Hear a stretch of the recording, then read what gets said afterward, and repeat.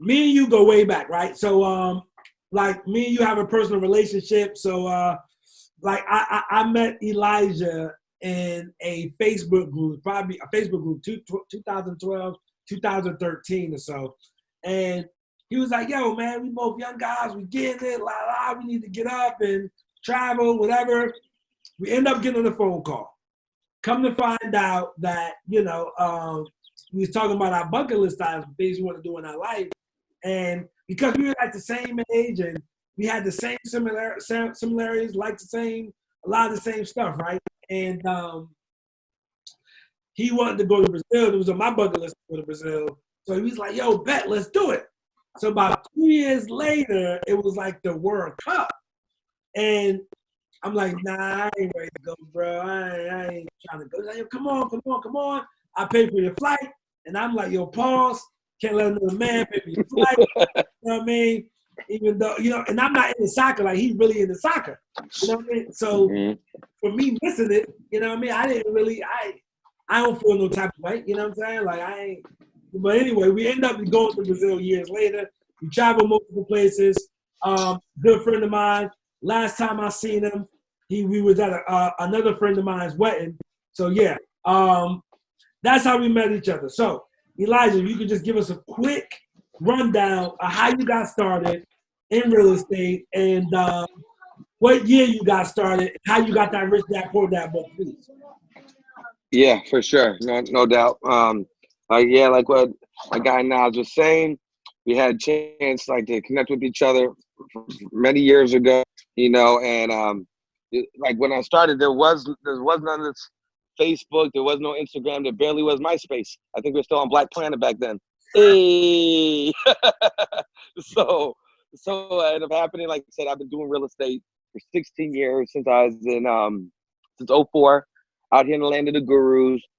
The fast, quick version. Like I said, I was working club promotions. I was doing constant promotions, working at call centers, selling roti, selling CDs, selling whatever I could, as well as get into real estate. Worked for an ex-football player. He put me on the game. I stole my first book, Rich Dad Poor Dad. Stole that joint. I was sure this real estate was going to work, so I took that up at Barnes and Noble, and I ended up blessing the Ford later on. I gave people the books later on. I paid people back. I blessed the Ford. I wasn't sure if this stuff was going to work, right? So you stole the Rich Dad Poor Dad book out of Barnes and Nobles. Hey, I wasn't sure if it's gonna work, so I didn't want to be over leveraged. All right, I feel you. I feel you, bro. I feel you. So fast forward, I get my first. It takes me about a year to get my first deal. I make my first $10,000. I'm thinking I'm gonna be rich. I do a handful more deals. I think I'm about to crush it. '08 happens. Market collapse around me. All the dogs are going out the business. And the gurus out here in Arizona, and they're leaving the business. I'm not sure what I'm going to do, how I'm going to do it. So I literally start doing everything: loan mods, short sales, refinance, loan officing work, raising capital, private money, foreclosure, pre-foreclosure. I literally started doing all of it. Anything I could do to survive, And fast forward about a couple years later, I stumbled into I was doing probate deals, which led me to city violation deals, which inherently led me to doing fire damage properties. Did a handful of fire damage deals. Realized I asked all the big dogs, like, why don't you guys touch these? Like, no, it's a waste of your time. It's out of your model. It's too hard to figure those out. Leave those alone. Like, cool. If you guys don't want them, if you guys are running away from them, I'm running towards them. Fast forward a year later, I start putting the pieces together. I figured out that there's insurance money you can make on these fire damage deals, where you can make 3 checks on one deal. Realize that, like I said, I'm going to be a multi-millionaire with this niche. Nobody else is doing this. I'm in a niche by myself. Fast forward a couple years later, after doing several hundred thousands of dollars worth of deals, I catch the SOS, the shiny object syndrome. I'm starting to do other deals. I want to get into land development. My guy Nas does a $250,000 deal. So maybe like, damn, I did it once. Hey, but it's all right. That's all it took. I'm like, damn, my guy's knocking out $250,000 checks over here. I'm over here being happy about 10, 20 grand checks. I'm like, no, I need to step it up. So I end up going to a land development workshop, meeting my guy Jimmy Chu. We did an interview with him yesterday. My guy, what breaks down during lunch, he breaks down how he did a $600,000 deal on one land development deal. Told me kind of some things to look out for. So I came back home hungry, focused, aggressive. Fast forward 6 months later, I get my first 10-acre land development deal, make $137,000 off that deal, so I could be in a six-figure club with my boys over here, you know. And then I'm just doing everything else. I'm seeing my guys, the all-in guys. I got a lot of the guru guys, a lot of relationships. Everybody's scaling up. Everybody's killing it. So I'm like, all right, well, I gotta scale up, bruh. I lost over $150,000 trying to scale up, all right? Then listen, I scale that shit right back down, all right? So I was like, you know what? I'm not saying it doesn't work. It just don't work for me. So it works for plenty of other people out there. So I'm like Jennifer's like, Elijah, why are we doing all the generic standard stuff that everybody else does when you already have a niche?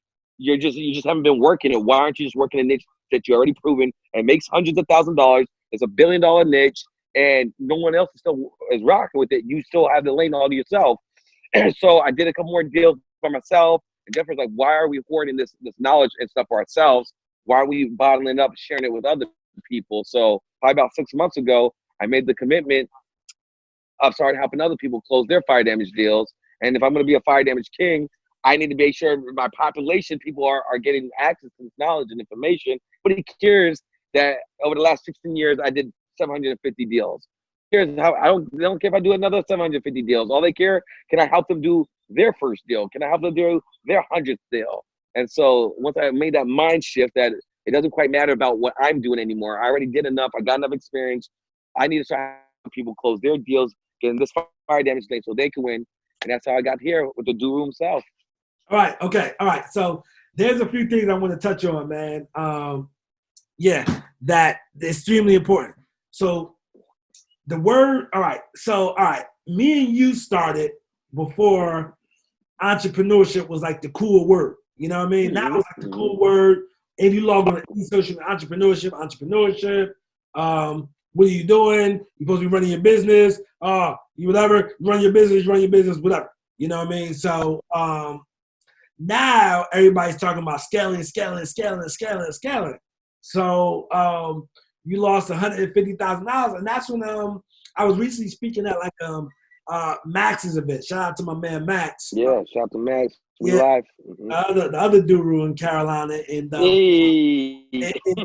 and he was with the VIP clients. I told people that, like, yo, find out the life you want. I get it. We log in on social media. We see these guys who claim to do 10, 20 deals a month. They got these luxury cars, etc. Majorities of it's fake. But people were trying to scale stuff they didn't even have. Like, they was doing 3 deals. They were doing 3 deals, 1 VA, didn't know what to scale. And it's like, yo, dude, just stay stationary, grow the right way. Because you can grow too fast and run out of business. So easily, very easily. It happens a lot. So you can, just how you can make good money in the real estate business, you can actually lose a lot of money in the real estate business as well.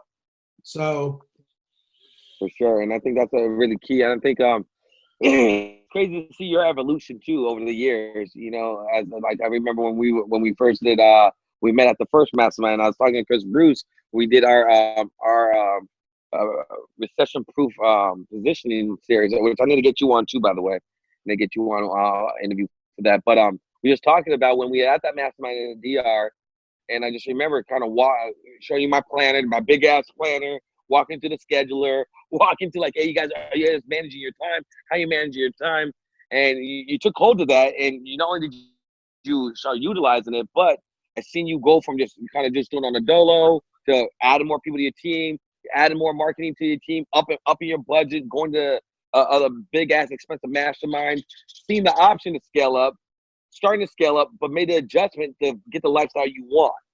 And a lot of people have to lose a lot of money to finally get to the lesson that you learned. Like, build a life that you want. Don't be worrying out trying to scale up to sound cool.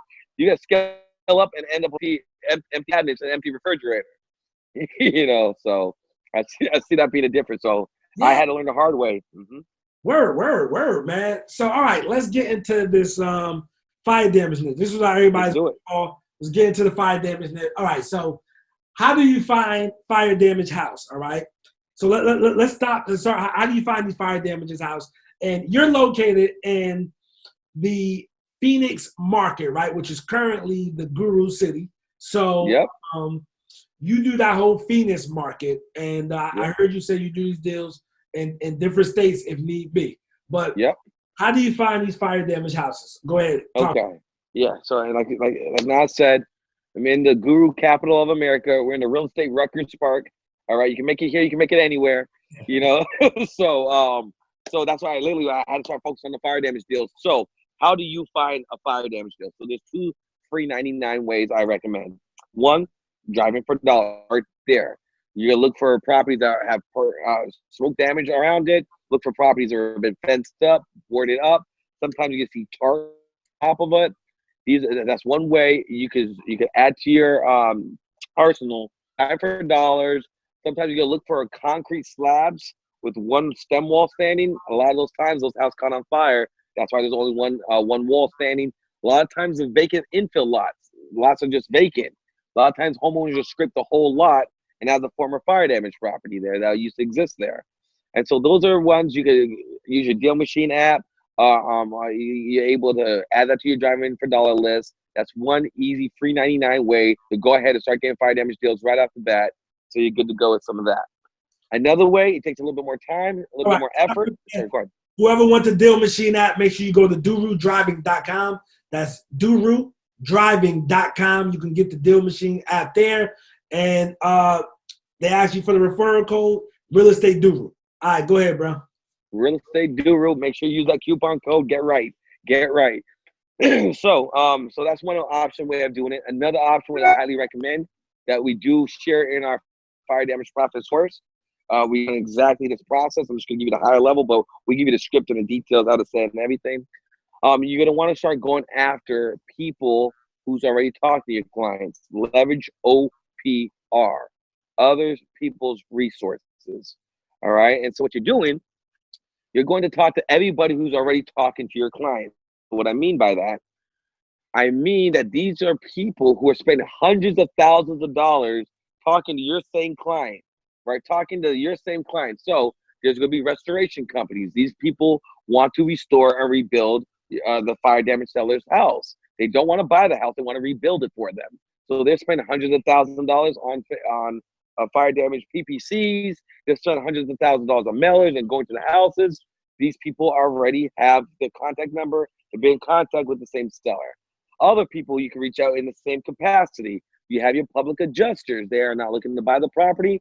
They're looking to work their insurance claims. You have your fencing companies, people putting fencings around the property. Same thing. They're not looking to buy the property. They're looking to put a fence around the property. Your board up companies, people who are looking to board up the windows. Your content collectors, people who go through the fire damage property and take an inventory of all the contents that got fire damage. These people are spending hundreds of thousands of dollars, all spending money to talk to that same seller. So you could be the ninth person in line, talk to that same seller, or you could smarten up, Nas, you know, and so you can, when you smarten up, you wisen up, and what you're able to do, you're able to leverage them. And when I say leverage, is let them know you're interested in buying the property. So when people don't want to restore that property, Mr. Restoration Company, refer that dead lead to me that you're not going to do anything with, because I already told you no. I could turn that dead lead into a live referral fee. Well, we call them consulting fees. Keep it 100, keep it legit over here. And then same thing with the restoration company, with the public adjuster. If they don't have enough insurance, if they don't have the right insurance, or if they don't want to rebuild, I want you to refer them to me. I'll pay you consulting fee for everyone they send to me. Fencing companies, like I said, if they don't pay your fencing costs, they don't have enough money to pay your board up costs, refer them to me. I'll buy the property. I'll turn that dead lead into live cash for them.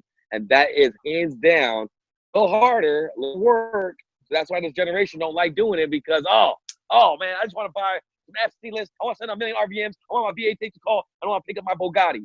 You know what I'm saying? It's not that easy. You got to do a little bit of work. You got to build this list organically. But one public adjuster, she sent me her list of all the leads that she couldn't work. I made $127,000 off that one relationship. So just know that these deals are out there, but you got to put the work in. You got to do the approach, so you're operating as a trusted advisor, and you put yourself in a position to win with us.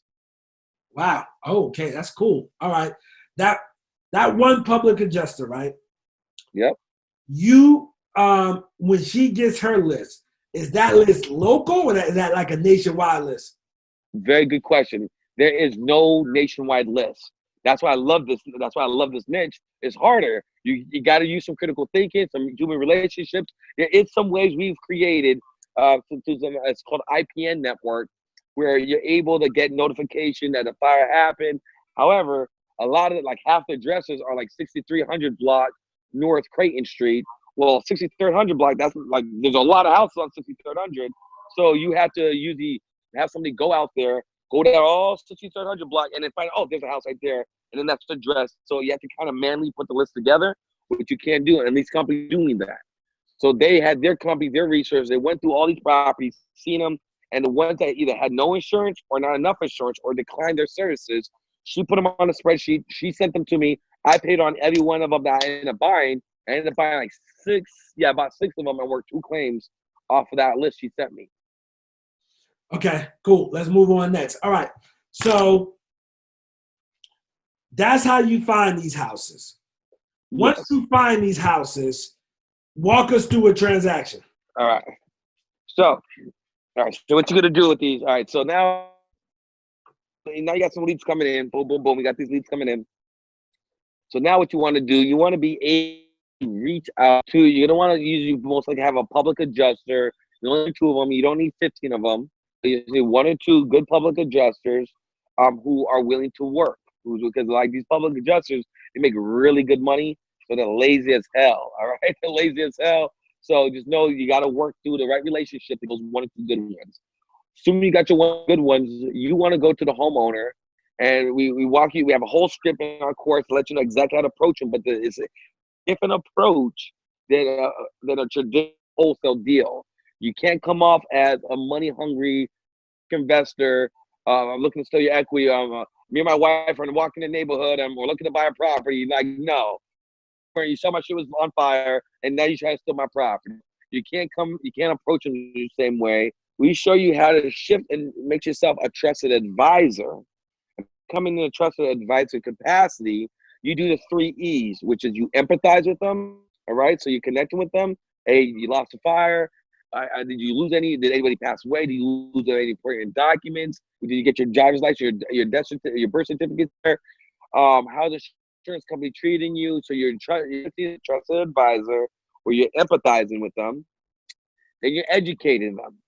80% of the time, the insurance company is only paying them 80% of the money, and they don't know that, and it's unaware of that.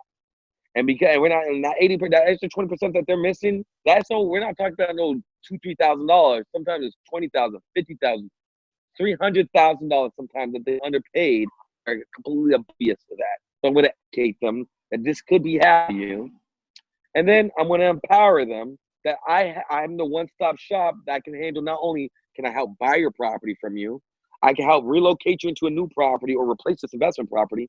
And I'm going to go back and get you that insurance money that they paid you. Yep, I'm going to go back and get the rest of your change for you. And so that's what I'm able to do. So that's the main process I want to walk them through. I want to let them know that, hey, I'm going to buy the property from you. But before I buy the property from you, I believe you're paid. So what I want to do, I'm going to want to review their declaration pages, which is the first 5 pages. See, and then exactament. The exactament is internal contractors report insurance company use that says exactly what's exactly wrong with the property and the exact dollar amount they justify out the policyholder. And so I want to use that and have my public adjuster review that, so they're able to say, hold on a second. You're paying Mr. Smith house is worth $100,000. You're only giving Mr. Smith $80,000. Well, when Mr. Smith gets that $80,000, they're going to break that $80,000 into 2 checks. The first payment is about $60,000, which is roughly about 80% of the payout amount. And then they hold back 20%. They hold back 20% of the policy amount. That second check is called your depreciation check.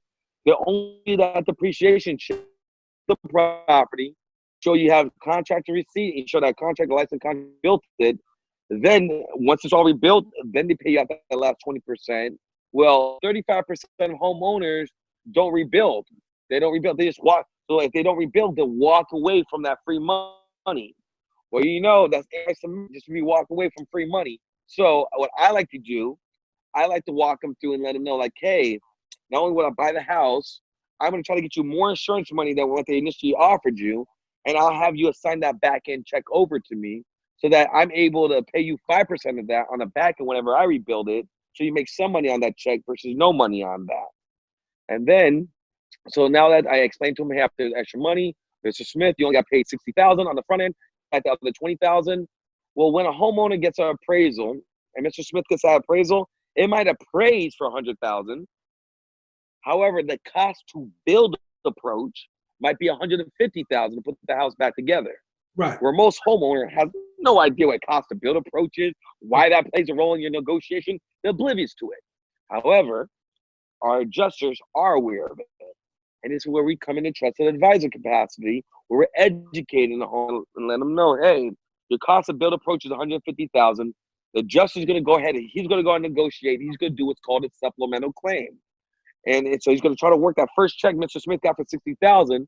Well, he knows the insurance companies, as you've seen in 08, AIG, they're too big to fail. So the insurance company never care about the dollar amount, how much they pay out. What they really care about is how long that claim stays open.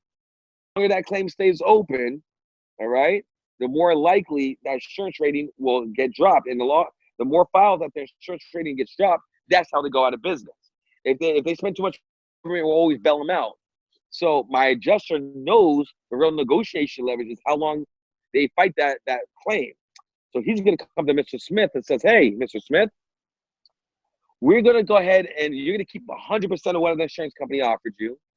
We're going to come in, do a forensic audit of your policy and your exactament, and you're going to make 50% more of any new money and then we get the remaining 50% of any new money we find. And if you don't find that extra penny for you, you don't pay us a dime for our time. So Mr. Smith's like, cool, as long as I get to keep whatever already paid for me, and you only get paid out of the 50% of results you get from me, cool. So my adjuster's going to go back. They're going to look at that claim. They're going to look at the exacting and say, hey, Mr. Smith is owed $150,000. You're only paying about $80,000. You owe our client another $70,000. And if you don't pay our client out this additional $1,000, we're going to litigate this. We'll keep this in court for another year. Where only 1 in 5 family members even disputes a claim, let alone use an adjuster. So 8 out of 10 times, they pay out the adjuster. They pay out the adjuster because they know they're going to make it up on the other 5 suckers. And so what ends up happening is I'm able to say, Mr. Smith, I'm going to buy the property from you. You're going to keep the $60,000 they promised you. You're going to keep all of that. We found another $70,000, so you're going to make additional $35,000 off new money you didn't even know is coming to you. And that back end check, that depreciation check you're about to walk away from, I'm going to buy the property, I'm going to fix it up, and I'm going to give you 5 to 10% of that back end property. Oh, yeah, and you need to replace your main house? I got another house for you can move into. Now that I gave you the cash, so you don't have to go with the realtor, you don't have to pay extra fees. So look what I did for Mr. Smith. I helped Mr. Smith find another house. I bought the house for Mr. Smith. I got him more supplemental claim money than he thought was possible, and I'm going to pay him a percentage of the depreciation claim. So I helped Mr. Smith 4 different ways, and I got paid 4 different ways, all off of one deal in a fire damage niche. It's sort of confusing, but once you put your mind around it and you understand it, the opportunities are endless out here. Okay, like I'm definitely confused, but all right. Now you get in the house. Now you're still wholesaling this to an end buyer, right? Like we normally do. Correct. So you're still wholesaling. So this is still wholesaling. All you're doing, you're just tapping into a new profit sector. So let me simplify it, okay? I'm buying this house for Mr. Smith for X amount of dollars. I sell it to an investor for X amount of dollars. And then I'm just going to work the insurance claim and see if there's any additional insurance money. If I could tap into a new profit sector, that means I could pay the homeowner less money because I'm going to get them the price that they're asked for by bringing this new profit sector into the table. So let me break down this 10-plex for you, okay? This might make it a little simpler. So I had a 10-unit deal in the hood RS, real deal to happen.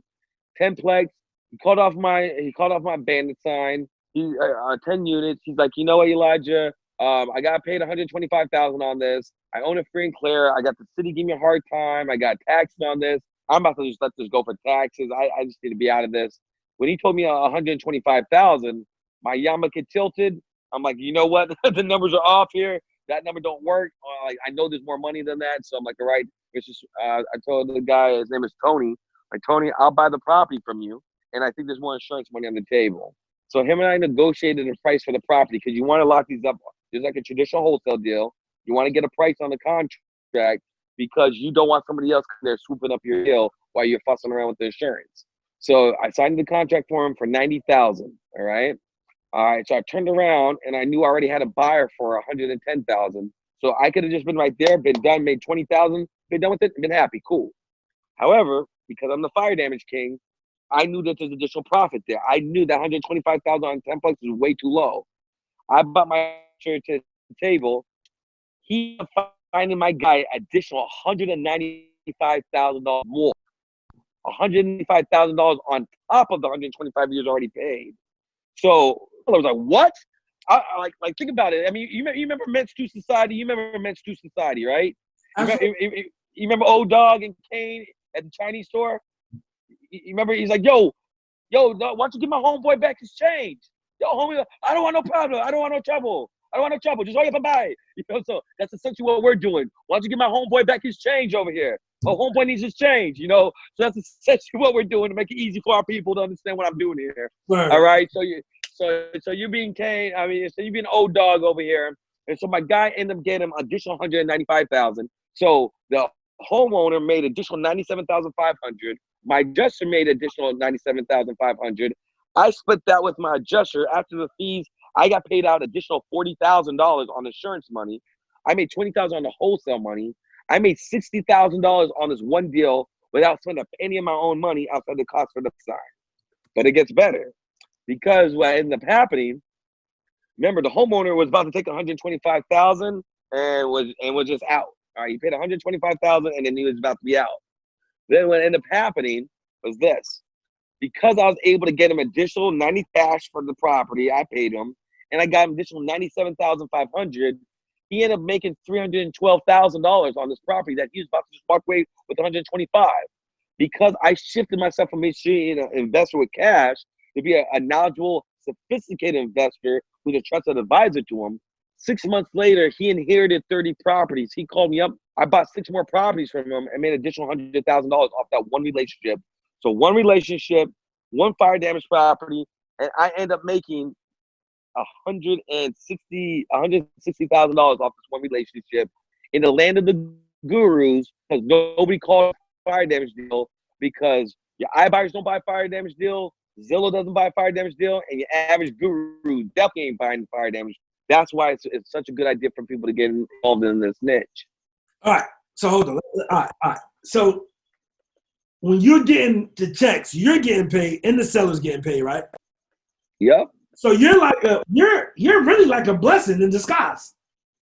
Huge blessing, but they don't know that yet because they think the insurance company is the man in them, and they're not. Nah, yeah, getting them, and they don't know it. Swear to God, you're a huge blessing because, I mean, most people don't know much about insurance, right? You know, fortunately, you know, I grew up with I know you said your father was business savvy. My father was he knew how to handle business. So when I used to have car accidents as a youngin, sometimes a few times as I got a door, I had to get my own car insurance. It's been times where like the insurance company would try not to pay me, but I'm paying for insurance. I got my own insurance, but they right. Yo, so one instance in particular, my father has a relationship with the lawyer. So he was like, yo, go over to such and such office and tell them what's going on. So I went over there like, yo, the insurance people, they like, yo, they not gonna pay me because the police people didn't write on the report who was at fault. So he looked at me, he was like, man, the police don't write who at fault on the police report. He was like, man, look at this. He was like, yo, whoever had the stop sign out for. He said, who had the stop sign? I said, the old lady who hit me. It was 2 cars parked right here, so she ain't see nothing, so she couldn't see anything. So she just justified just driving out there, and she hit me. He was like, well, she at fault then. He said, you know what? Let me give you the insurance, right? He called them, left them a message. 2 days later, bro, they was sending me a check, bro. See? But the average person don't ever even dispute it, don't question them. They're like, all right, they told me to go to timeout, go to timeout. And that's what they do. And they don't realize if Mrs. Smith wants $100,000 for their property and I give them $50,000 cash and find additional $50,000 insurance money, I don't have to come out with more cash. I'm able to do the deal for $50,000 out of pocket and get in the $50,000 so I can make more insurance money, pay less out of pocket, and make multiple checks on deals that are less competition because people are passing on these. Yo, I swear to God, bro. Like, yo, hold on. I'm reading some of the comments on chat. Lack of knowledge will mess up a whole lot. I swear, bro. And when you don't know, people will take advantage of it. And for sure. So, for example, I mean, I don't care how you feel about the man. You know what I mean? Not you, Elijah, but the people watching us. One of the reasons the Obama administration came with that healthcare plan was it was like you paying your premiums, but when you get sick, you know what I mean? They're not trying to cover anything. They got, you following the conditions, and so you're too skinny, you're too big. Well, you had this before you got this insurance. We can't cover that. Yeah, pre-existing conditions and all that. But like you said, majority of people, they don't know, because I met people that they said, the insurance only said this. And they didn't question them. They just went straight to timeout. So I told them, like, my situation, what happened. I was like, look, you get an attorney. I was like, they'll tell you anything, but they won't tell that to an attorney. But people just take those answers and just give up. That's what I'm talking about. And think about this, right?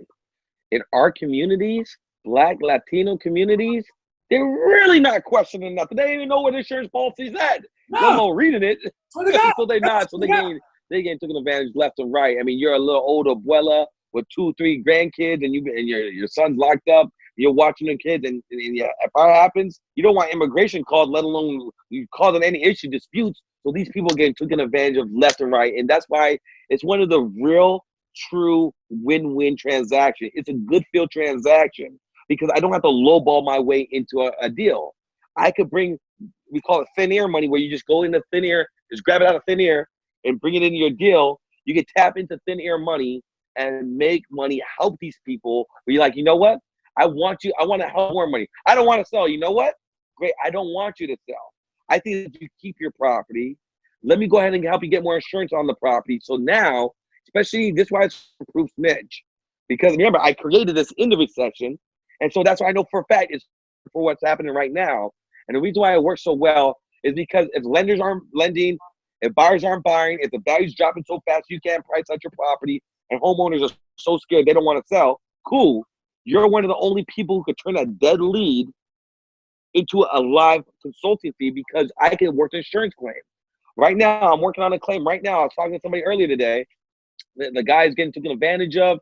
He doesn't want to sell the property. The insurance company gave him a hard time, made him use their contractor. The contractor used all the exact $248,000.68, used every penny of it, found not one penny left over, used all the money, and then this thing called ALE. That's additional living expenses. When that money runs out, you're out. So he has about 30 days left at the hotel. The contractor who the adjuster said to use, the insurance company adjuster, not his own adjuster, the insurance company, there's red tag items, so they're meaning that he has to still get those fixed before he can move in. However, somehow they got to occupancy, so the insurance company's telling him, hey, you're out of time on your hotel. You got to move into the property. There's red tag items. You figure that out. This is all the money we're paying you. So when I told him what I think I could do, my man was almost in tears, Nas, almost in tears, because then I had nobody helping me with this. I'm dealing with the coronavirus. I'm dealing with having to be kicked out of here. My family's out of school. My kids are out of school, and I am stressed to the teal. I'm getting no help, no support, and you're the person of your capacity who's helping with this, and you're not even asking me to buy the house. You're just gonna help me get more insurance money to make sure this gets handled. But there might be another $48,000 there. That might be an extra 10 to 12,000 for me, another 22,000 for him, and now he has a knowledgeable expert, one of the leading finance experts in the country on his side now. And that's why I just want to make sure people understand if things slow up on the real estate side, which hopefully it never does, but if it does, this niche is so prevalent because I can still work insurance and get paid on insurance claims even if I can't buy the. All right, I get it. Okay, let me just say this, bro, because we could go on and on how these insurance companies they need regulation. I know, like I know one side of the political party, no government involvement, and they pay off these it's called lobbyists. Yep. And the lobbyists, and get things pushed and passed. It's like, man, Obama administration was right, bro. Y'all need regulation, bro. Like the stuff that they do. So years ago, I met this girl, bro. It's probably like 11, 12, before I knew you. I met this chick, and we was talking. She worked for an insurance company in the call center, and I'm like, yo, man, that's messed up. What y'all be doing? Like, y'all don't be wanting to pay nobody. I didn't get in an accident, but they pay y'all every month. Well, if they don't know, it's their fault. How is that their fault? They're not supposed to know. Like, she was justifying her job, like she didn't see no issue, and she's justifying like basically being a piece of shit. You know what I mean? Right. For that, I was like, yeah, I can't deal with her, bro. Like, I can't. Like, I can see you like, yo, look, they just give me a paycheck. I agree with you. It's wrong, but she ain't even do that. She was just, no, it's the consumer's fault because they don't know. Nah, bro. I was like, man, I couldn't deal with her. But anyway, let's move on, bro. I got a question for you, bro. Sure. Do you have to finalize the wholesale part of the deal first, or work with the adjuster and get paid from insurance company first? Good. I'm glad that somebody asked us, because it's a big part for some of our students kind of get confused when we go through the 4-week program with them. So I hit this in the head for them. And so what happens is you want to sign the purchase contract first. But you want to put a longer close of escrow on these. You want your adjuster to look to see if there's money. If there's less than $30,000, don't worry about it. It's not worth slowing it down. If there's $30,000 or more, hey, play ball, because that's extra $15,000 for your seller. Anytime you can make just the extra grand, usually it's less purchase price you got to pay. And like I said, they can turn into more profits down the road. Now, a question I'm sure that they'll want to know is, how long does these insurance claims take to get paid out, so I know how long to close the escrow I need to do? Well, if there's no insurance money, you can close these out like a traditional wholesale deal, 5 to 10 days, as long as the title's clear, close it out, boom. If there is insurance money, and you're talking about $30,000, $70,000, $100,000, that deal, I got an extra $200,000 more on insurance claim. That took about 8 months to do. So you can't close. So you got to pipeline these out. So these aren't quick, immediate money. That's why a lot of minorities don't be liking this niche, because like, oh man, I want that microwave success. I don't want that. I don't want no delayed gratification. So you have to be willing to pipeline it, knowing that you're getting big checks. We're not talking extra $2,000 here. It's worth it waiting out. However, you want to sign the purchase contract. You sign purchase contract for 60 days. Once they know there's an extra $100,000 coming to them, they're okay with extending it out however long they need, because if you close escrow before you get that insurance money and title transfers, there's a lot of weasel clauses within those insurance policy. And when a beneficiary transfer, they're going to try to not pay you out. So it's not worth fighting the insurance company when they already don't want to pay you out. If you give them a weasel clause, it could waste everybody's time and you still don't get paid. So you want to make sure you educate the homeowner and let them know, hey, I'm getting you more insurance money, but it's going to take a little bit more time to warrant another $20,000 to $50,000 coming to you. Okay, I got you, bro. I got you. Okay, now that you cleared it up. You cleared it up for me though. But all right, so cool. All right, so you basically broke down this fire damage next. Now tell us like what you got going on. How can people follow you? You know what I mean? What platforms you on? Et cetera. Sure. So one last tip I want to give to you guys before I give you guys how you guys can get involved with what we got going on over here. I'm just hitting the tip of the iceberg here. This fire damage niche has so many different verticals here.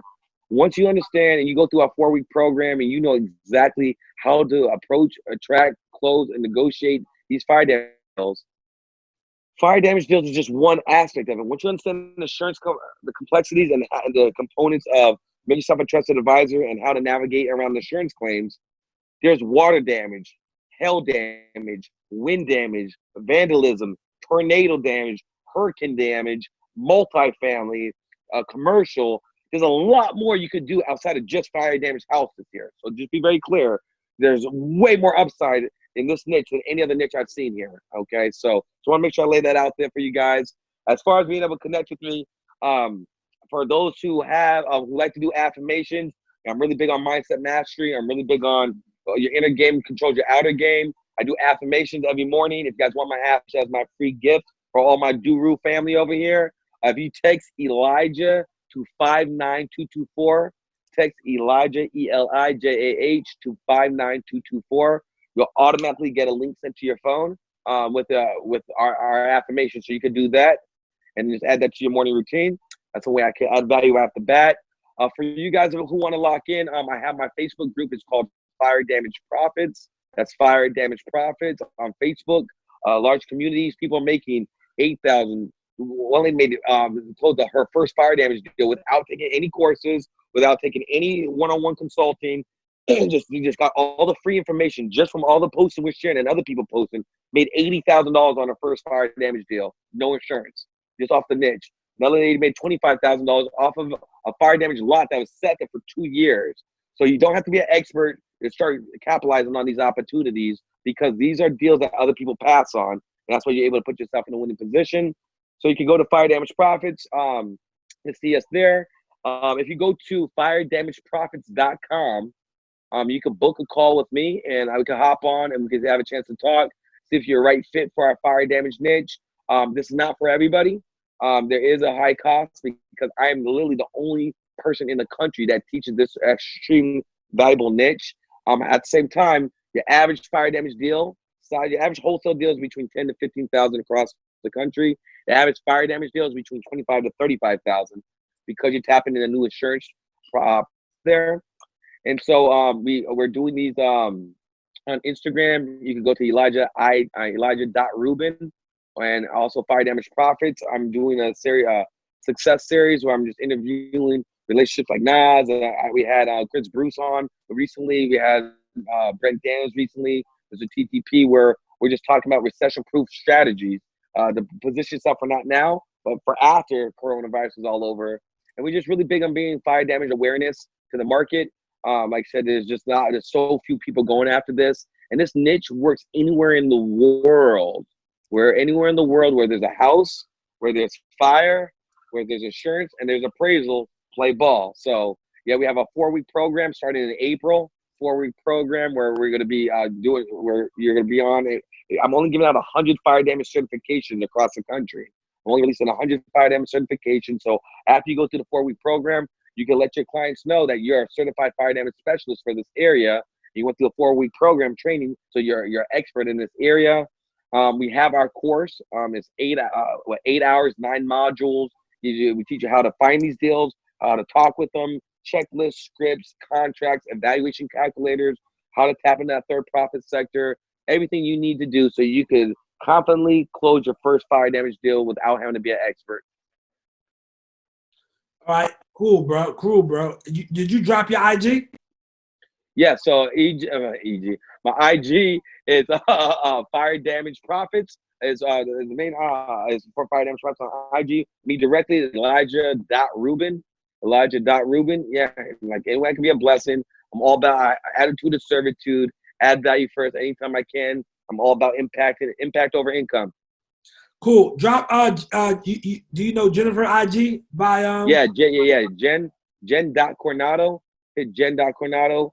You ladies, she's connecting a lot of ladies together. There's very few lady bosses and who are connecting you guys all together. She might be speaking at a CIS event coming up soon, and as long as we get past this coronavirus stuff. She's really big on empowering other ladies, impacting other ladies, regardless if you're Latina like her or you're a minority or you're just a white chick. She's down to connect with everybody, all right? So make sure you reach out to her, Jen.Coronado on Instagram. Super valuable, added valuable. And she's especially a lot of you behind the scene people, you creators. She represents her, the people who the behind the scenes advisors. She makes sure she can speak your language and connect you guys all together. So great resource to reach out to. Yeah, cool, bro. Cool, bro. All right, yo, just from the heart, bro. Thank you for being patient with me tonight. You know what I mean? We had to start fresh. The first batch. No worries, no worries. It was watered down. It got stepped on. So look, man, I really appreciate you coming on. I'm hopefully I'll be connecting with you this year. And for everybody who's watching, thank you for being patient with us. This Yes. thank you for being patient with us and all this and watching it in the group. This is gonna stay up in the wholesaling houses, wholesaling with the Doru group. It's gonna stay up in there. I'm gonna throw this on YouTube so the YouTube folks can get this information as well, man. So hey, bruh, that's it for me, man. I don't have anything else to say, man. So yeah, just thank you once again. I appreciate you. I appreciate all the people locked in with us. Everybody's watching. I appreciate you guys allowing me this opportunity to share. I discovered, I feel like God put in my heart to share, and now you gave me the platform to share. As I like to say, each one teach one, each one reach one. Gaudy way today. Be a blessing to someone, y'all. All right. Appreciate you, King. And there it is, bro. Hey, yo, peace, bro. I'm about to sign off.